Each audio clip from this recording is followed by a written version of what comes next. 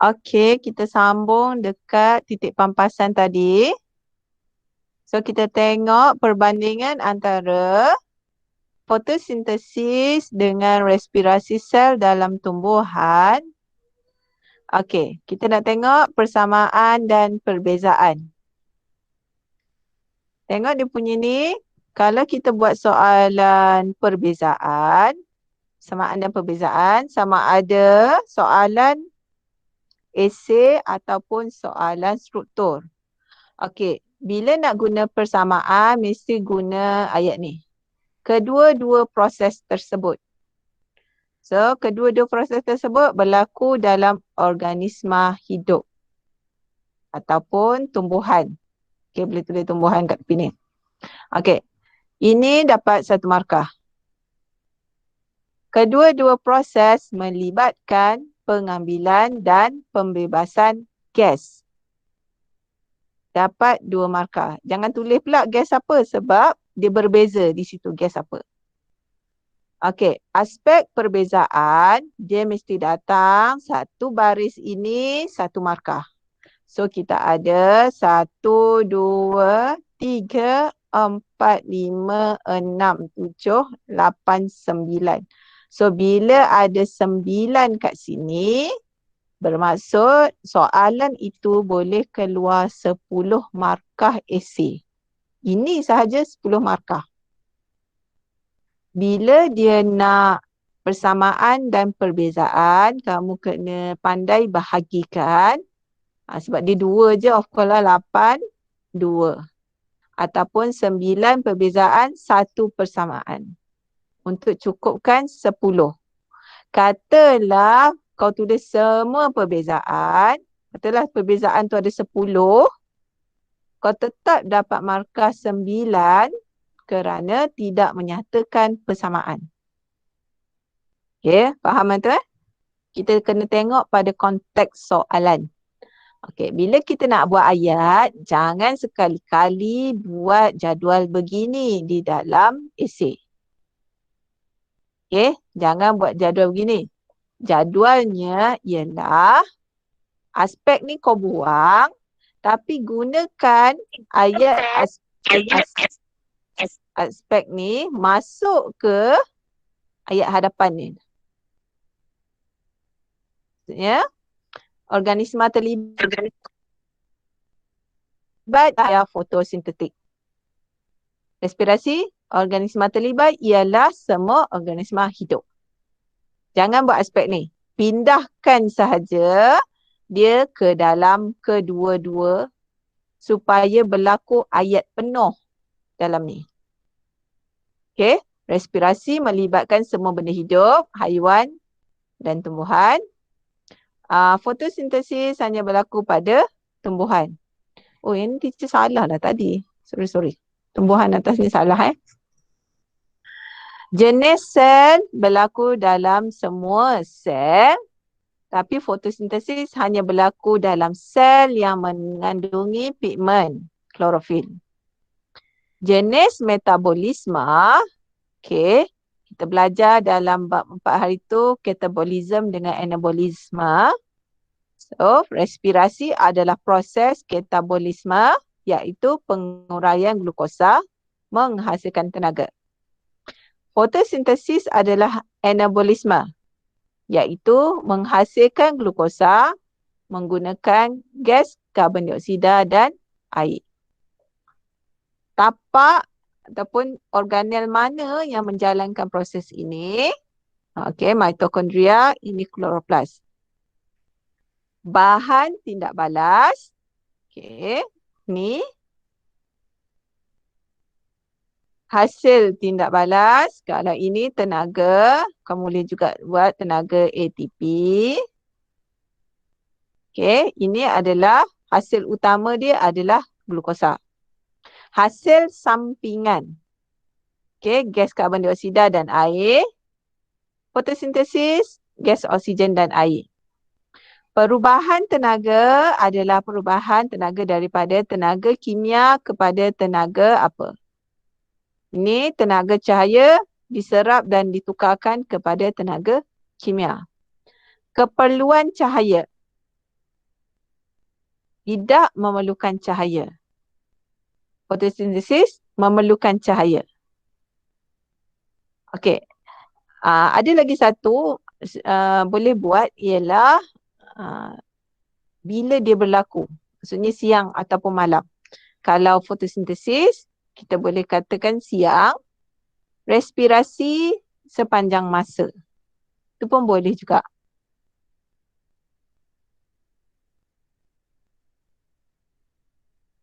Okey, ini soalan yang dalam buku teks kamu. Definisi titik pampasan. Okey. Titik pampasan bagi pokok paku pakis yang tumbuh di lantai hutan hujan tropika berlaku pada 10 pagi. Pada pendapat anda, pada pukul berapakah pokok ara tumbuh tinggi di hutan yang sama mencapai titik pampasannya? Faham tak ni? Pokok ara, pokok yang besar. Pokok paku pakis bawah. So, kalau ini 10 pagi, yang pokok ara tu pukul berapa? Petang. Petang. Petang. Okey. Nombor 3, tengok soalan ni. Pada titik pampasan dari fotosintesis dan respirasi sel adalah sama menyebabkan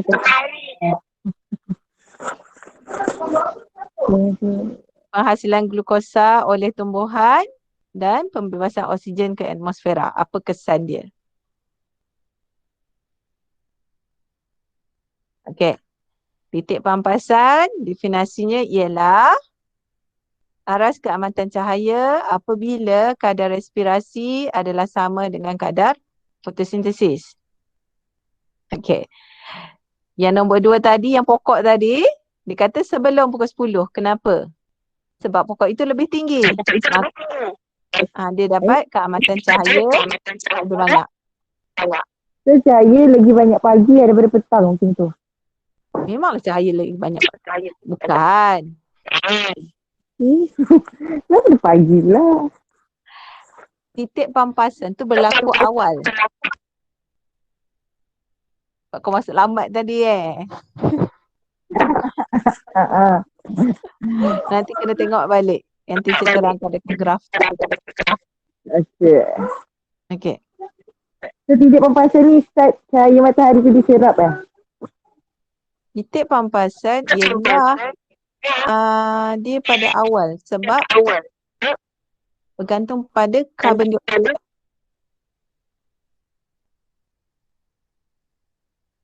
Okey, soalan tadi apa? Soalan 3 tadi. Kesan terhadap penghasilan glukosa dan pembebasan oksigen. Okey, kita tahu bila titik pampasan, kita tahu semua glukosa yang dihasilkan oleh fotosintesis diguna sepenuhnya semasa respirasi sel. Bila diguna sepenuhnya kat sini, maka tak adalah buah, tak adalah bunga, tak adalah biji benih. Sebab tak ada glukosa yang berlebihan. Yang kedua, oksigen pun tak ada oksigen yang berlebihan untuk dibebaskan ke atmosfera kerana digunakan sepenuhnya dalam respirasi.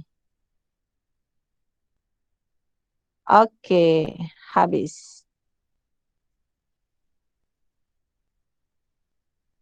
Ni, nak terang balik yang titik pampasan ni ke? Boleh. Untuk lambat tadi. Tengok pada buku modul bawah ni Modul Dia tak dapat. Tak, modul yang lama.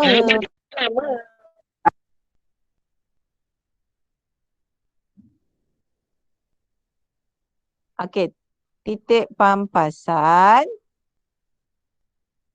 Okey, sekejap. Hilap pula.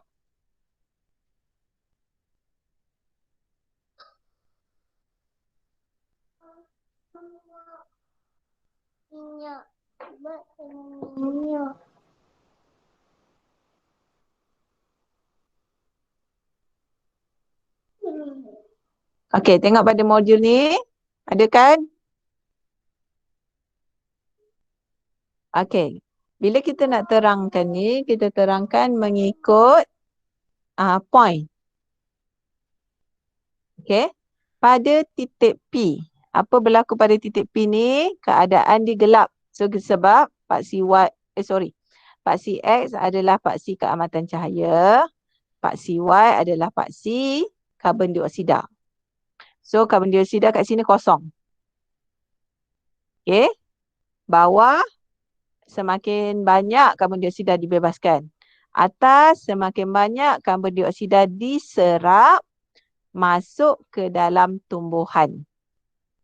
Yang bawah semakin banyak karbon dioksida dibebaskan ke atmosfera. Okey, pada titik P cahayanya rendah. Bila cahaya rendah, fotosintesis rendah. So hanya respirasi sahaja tinggi. So bila respirasi tinggi maksudnya banyaklah karbon dioksida dibebaskan ke sekitaran. So bila kita tengok graf ni, semakin meningkat keamatan cahaya, semakin berkurang pembebasan karbon dioksida. Disebabkan bila cahaya meningkat, fotosintesis meningkat. Fotosintesis meningkat, dia menggunakan karbon dioksida. So, semakin kuranglah karbon dioksida yang dibebaskan ke persekitaran. Okey, pada titik Q di mana tiada karbon dioksida dibebaskan, tiada karbon dioksida diserap masuk dari atmosfera pada titik Q. Kenapa? Titik Q adalah titik pampasan kerana semua karbon dioksida yang dibebaskan oleh respirasi diguna semula sepenuhnya oleh fotosintesis. Okey. Semua karbon dioksida yang dibebaskan oleh mitokondria dalam proses respirasi digunakan sepenuhnya oleh kloroplas untuk proses fotosintesis. Sekejap adik. Okey, semakin meningkat keamatan cahaya, kita nampak semakin meningkat kadar penyerapan karbon dioksida. Okey, kenapa berlaku begitu? Sebab semakin meningkat cahaya, semakin banyaklah fotosintesis berlaku. Respirasi berkurang. Maka karbon dioksida yang diperlukan oleh kloroplas tu tak cukup. Maka dia kena ambil daripada atmosfera. Okey. Pada titik S, okey, di mana keamatan cahaya still bertambah ni. Tapi penyerapan karbon dioksida daripada atmosfera malar. Sebab fotosintesis malar. Okey? Boleh? Baca balik. Boleh. Okey. Okey.